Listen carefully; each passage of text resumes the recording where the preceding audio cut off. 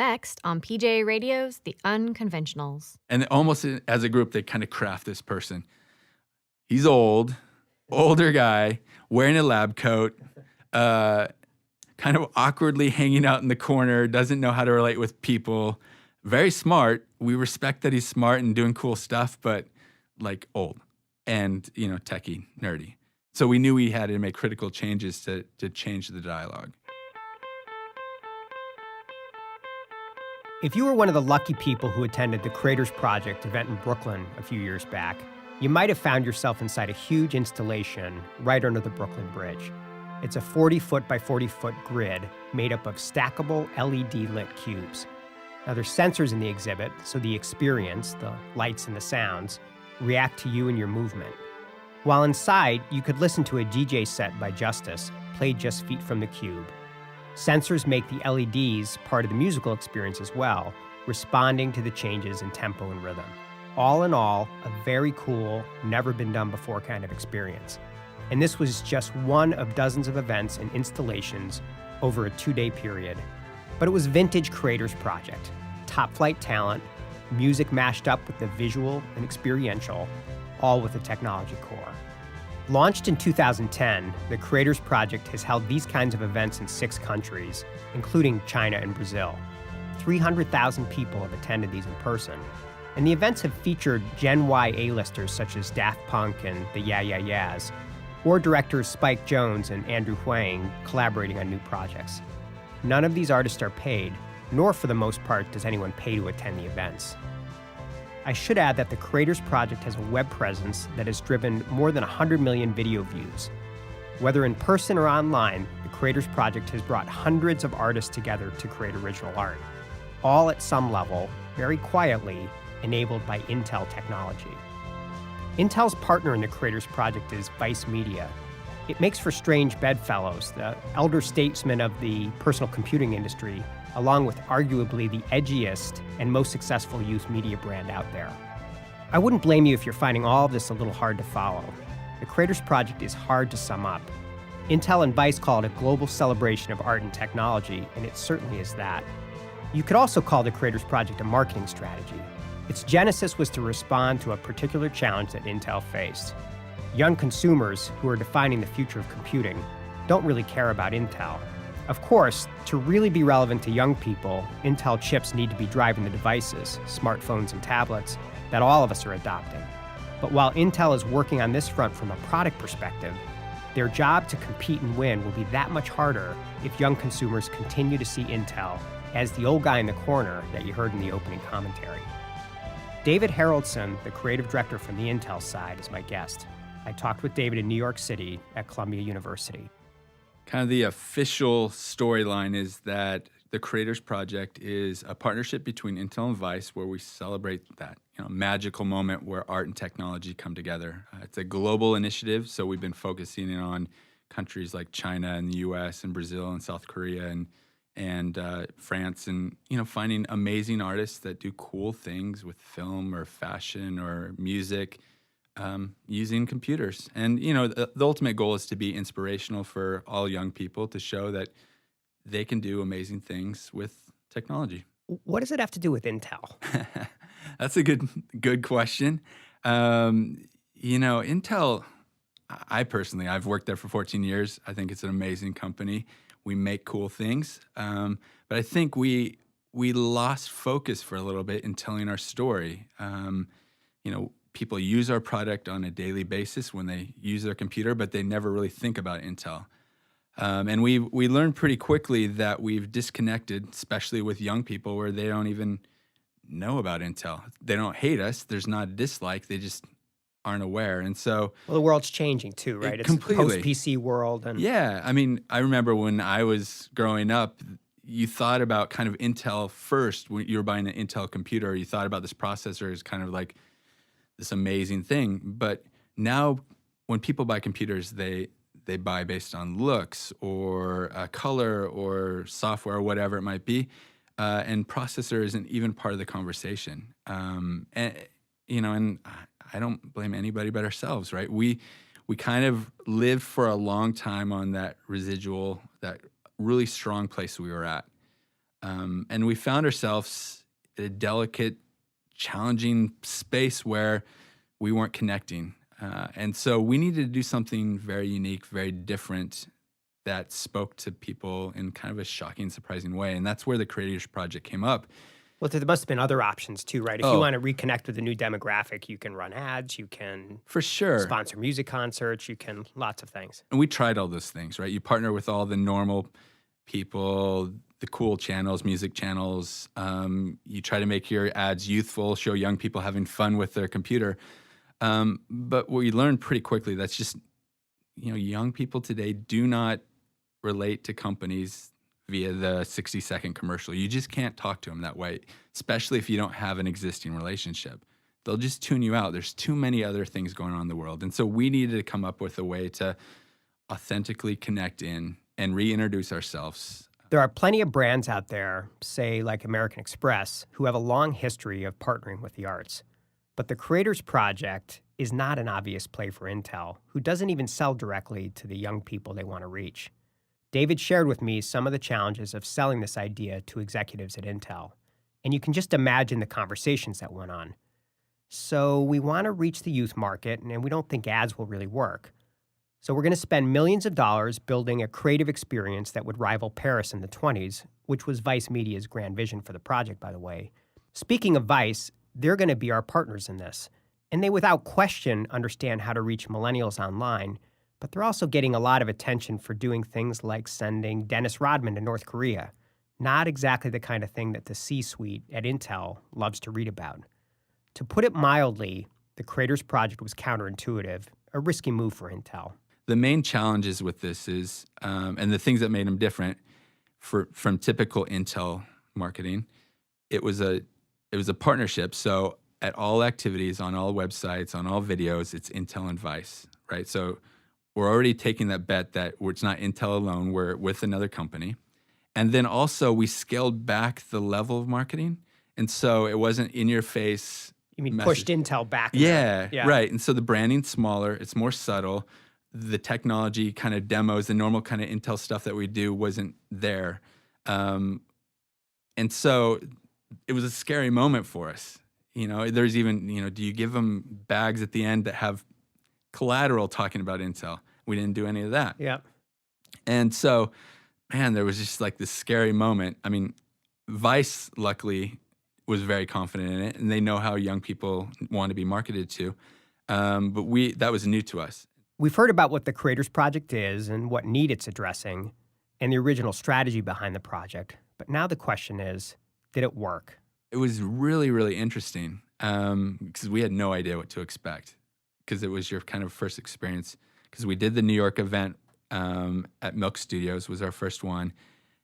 And it was really cool. We've never had an event where 4,000 people are lined up outside to come into an Intel event, right? So checkmark people came, but what did they get from this thing? And so we sat back, listened to young people talk about our brand in a way we've never heard before. So the first question was, what were the companies that brought you this program? And 100% of them wrote Intel and Vice. Okay. Which was they got nice. Intel, yep. Yeah, which we didn't know because, again, the branding's dialed back. Would they understand? Okay, then the next question is, okay, what is Intel doing there? And that's where the first year they were a little confused. They're like, we get why Vice is there because they're cool and they're hip with artists and all that kind of stuff. We like them.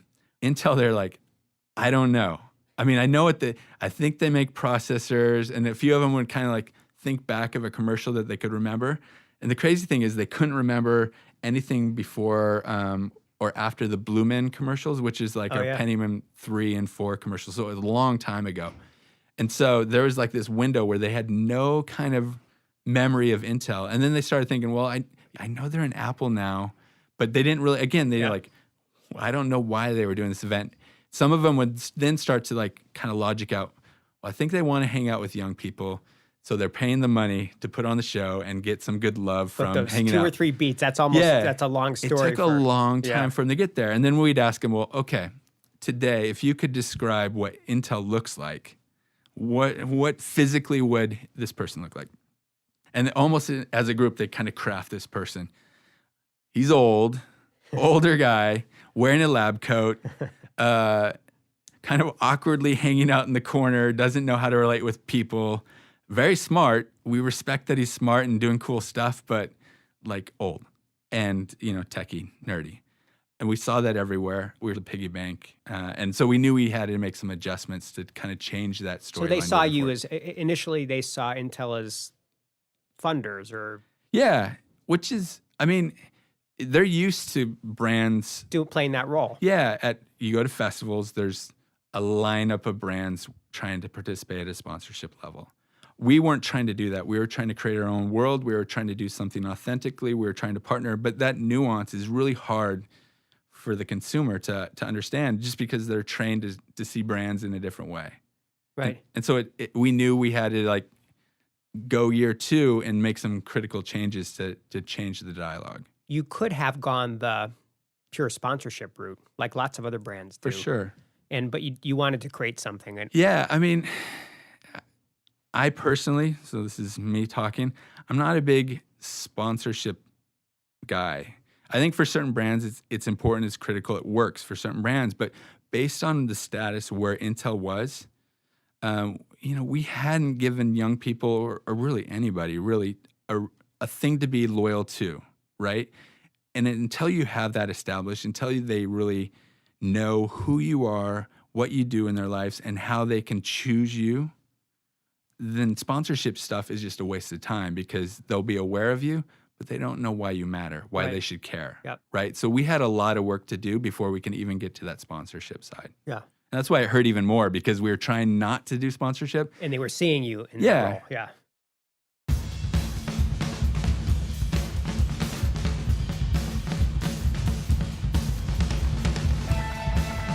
When we come back, we'll hear how David and his team plan to transform Intel from being seen as the old guy in the corner.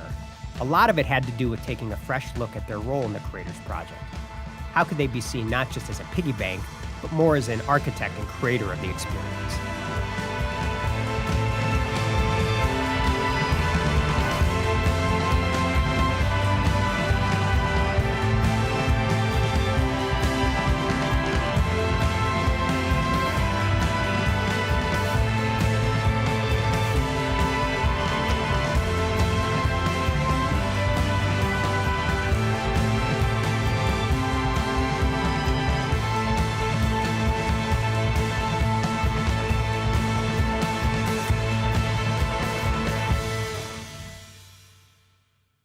You're listening to PJ Radio's The Unconventionals. If you'd like to learn more about the show, check out our Facebook page, facebook.com/unconventionalsradio.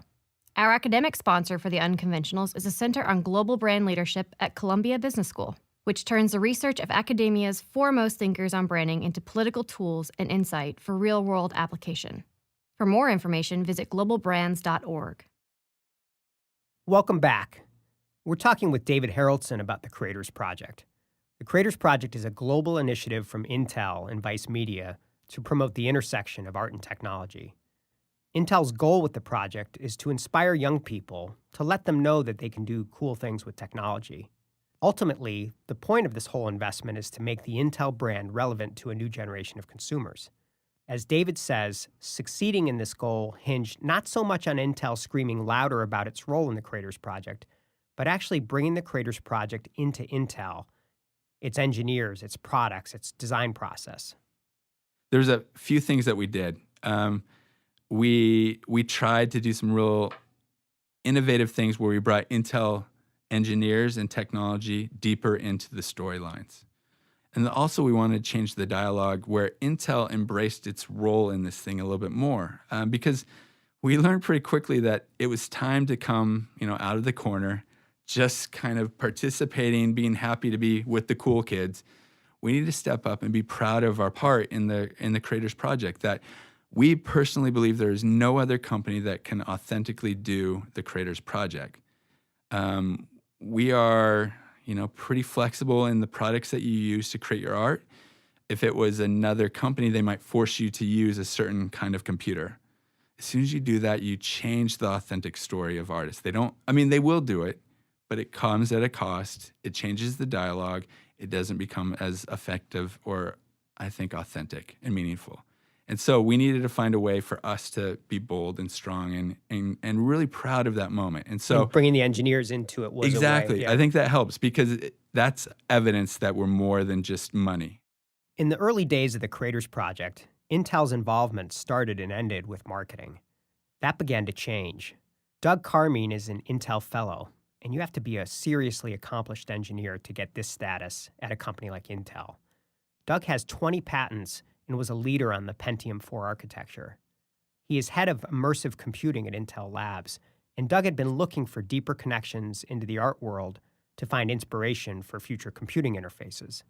David told a funny story about how he met Doug. He had heard that Doug was literally wandering the streets of Portland looking to meet musicians to collaborate with. He didn't know anything about the Creators Project. David sought him out and said, "I think we've got a better way for you to meet some artists." We asked Doug to give us an example of how a Creators Project artist influenced his thinking. My first interaction with artists that really had a really big impact on me was in October of 2011 when I attended the Creators Project event in New York in the Dumbo region. And I went there mostly just to see what was going on, to actually observe the installations. And through David Haroldsen, I met several of the artists, and in particular, this Brazilian duo, Cantoni and Cristante, really made an impression on me.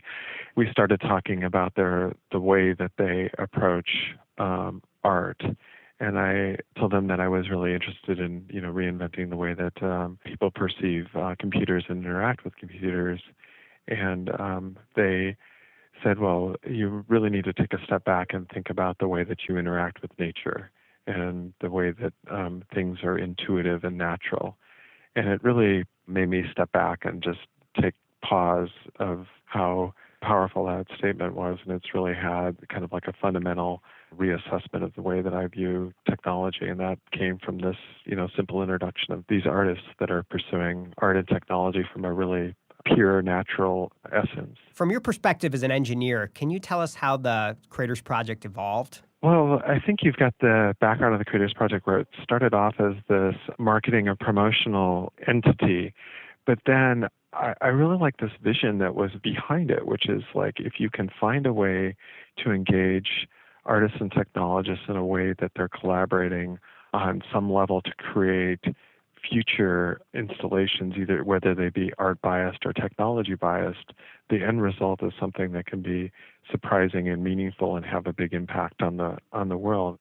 You hear someone like Doug talk, and you start to realize what the Creators Project is really about. It isn't Intel and Vice sponsoring events. It is a creative collaboration. Artists and increasingly engineers working together to create new art and to figure out how technology should evolve as a creative engine.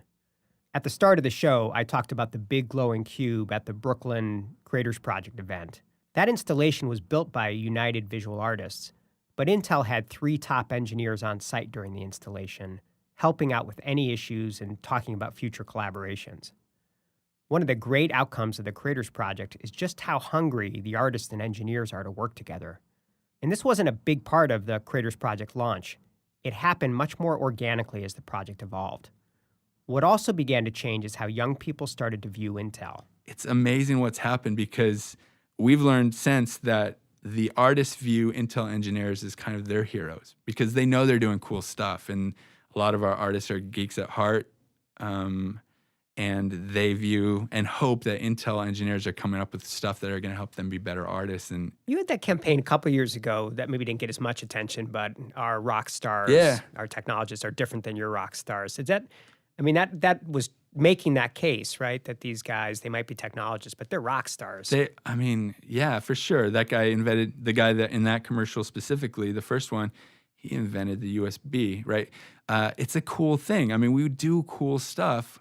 We just haven't found an authentic vehicle to share those stories. And so, that commercial was cool, but it didn't really connect back to why should you care about Intel more than, right. You guys are doing smart things. I assume you're doing smart things. Why does that change how I buy my computer? Especially if I'm 22 years old. Exactly. And, right. I don't really have an impression. So if you fast forward a year or two, yep. You're still doing focus groups. What do people say about what's that? Is Intel as the guy in the white coat? Is that it was awesome. So we made a lot of changes. We changed our dialogue. We brought in engineers. A lot of cool stuff is happening. And so, flash forward to New York a year later, we did a focus group, brought people in, and the dialogue had changed. This year, this second year, they were aware of the Creators Project. They went to the website all the time to experience it and be a part of it. They trusted it as a brand because they've seen 2 years of quality come from it. They understood that Intel was there driving the technology part of it. Again, they're still not sure why they should care about a processor, but now Intel as a brand is something that they can accept into the world. And then, when you ask them to describe Intel as a human, it was awesome because this year, instead of the lab coat old guy, we are a guy kind of in his maybe early 50s, late 40s, and salt and pepper hair, wearing cool jeans, Converse, just like part of the group, just like knows music. He's the kind of guy you want to hang with.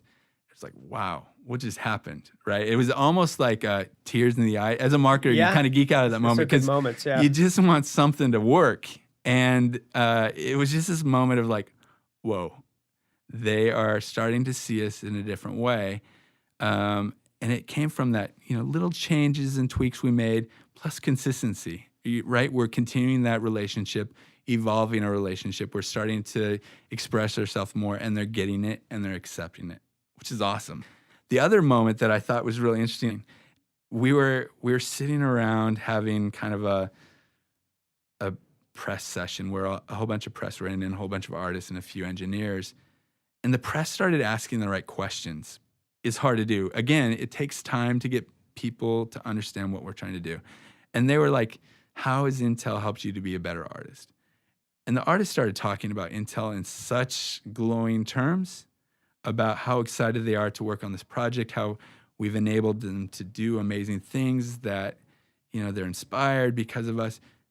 And we haven't had that relationship before. I mean, we could probably pay to have some of those responses, but this was like authentic admiration and loyalty, right? This is not Intel as the banker behind the project anymore. And it went around the room of just this love fest of people talking about being a part of the Creators Project in such admiration. And it's the best commercial we can run.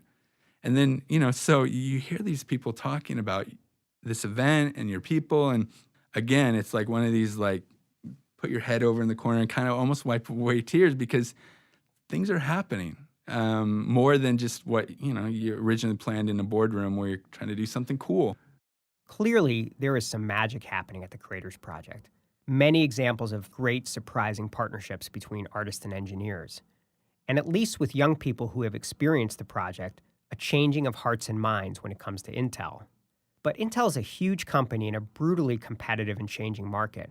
The question of what they get out of this, of return on investment, never goes away entirely. It's always tricky, right? Because I think there's always this natural discussion. The Creators Project is a master brand kind of Intel activity. Does it sell products today?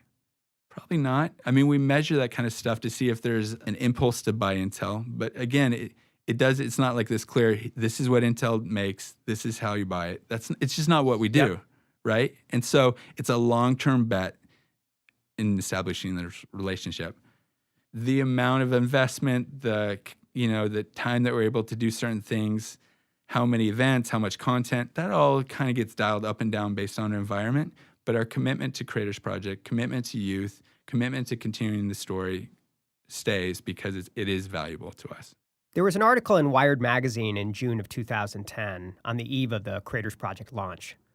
While the author was largely excited and complimentary about what was to come, he did wonder whether this would be just another garden variety sponsorship. He said, "The Creators Project might end up as yet another music technology culture festival with the creators on one side and the audience on the other, just like at other festivals. I think it's pretty clear that the Creators Project, Intel and Vice Media's global celebration of art and technology, has ended up as something else entirely. Sponsorship is about association, a brand renting the cool factor and reach of an artist. The Creators Project is about co-creation, and nowhere is that more clear in how Intel engineers and Creators Project artists build new things together. And I don't think millennials would have ever bought in the way they have if the collaboration wasn't authentic." One thing I love about the Unconventionals we meet on this show is that they all aim big, And there are always these great unintended consequences. For the Creators Project, they set out to create art and support artists. But one of my favorite parts of the story is how artists are changing the Intel culture. We've been bringing our artists in to speak to the engineer community. So they come to Intel, they take a tour, which is they're excited to see how these things are made. And then they speak to engineers. And what I've learned pretty quickly is that, my perception of what engineers are has changed pretty dramatically, where there's this wave of young, creative engineers that are coming out and working for Intel that are vibrant and excited about life and want to create. And they love our artists because young people today, they aren't just one thing. They're an engineer and they're a graphic artist and they like to make films or whatever they like to do. And so they can relate to our people in a way that I underestimated. And just that excitement around our project, I think there's as much or potentially more excitement around the Creators Project on the engineer side than in the marketing at time, because marketing, it's this kind of controversial kind of discussion, and we beat ourselves up a lot, and we're trying to evaluate the quality of it.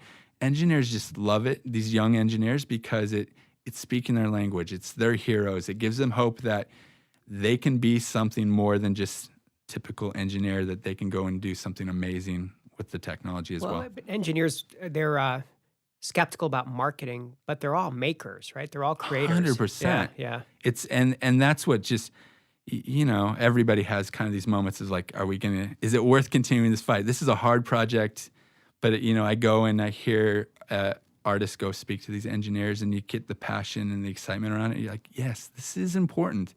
It's changing their perception. It's giving them encouragement to do more, to be more creative and think outside of the box. And I think Intel is going to be much better, and the products that we create are going to be much better because of that interaction.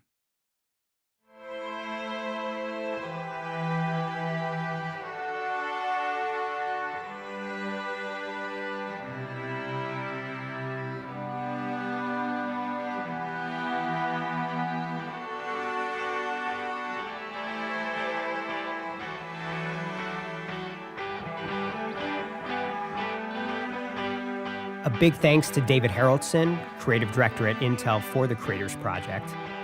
And a word about the gorgeous music we sampled during the show.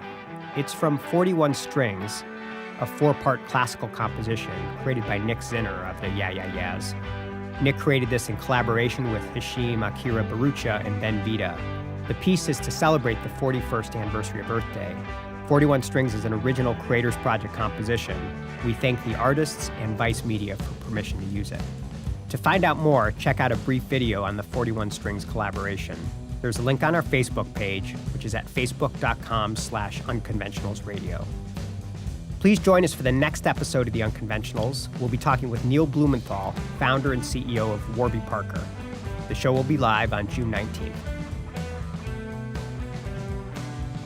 The Unconventionals is written and produced by Michael Toole with Reed Mangan. Post-production and technical direction by Reed Mangan with Emmanuel Orden. Promotion and distribution by Greg Strafface. Our creative director is Aaron De Silva. Our executive producer is Phil Johnson for PJA Advertising and Marketing. I'm Jafia Leahy.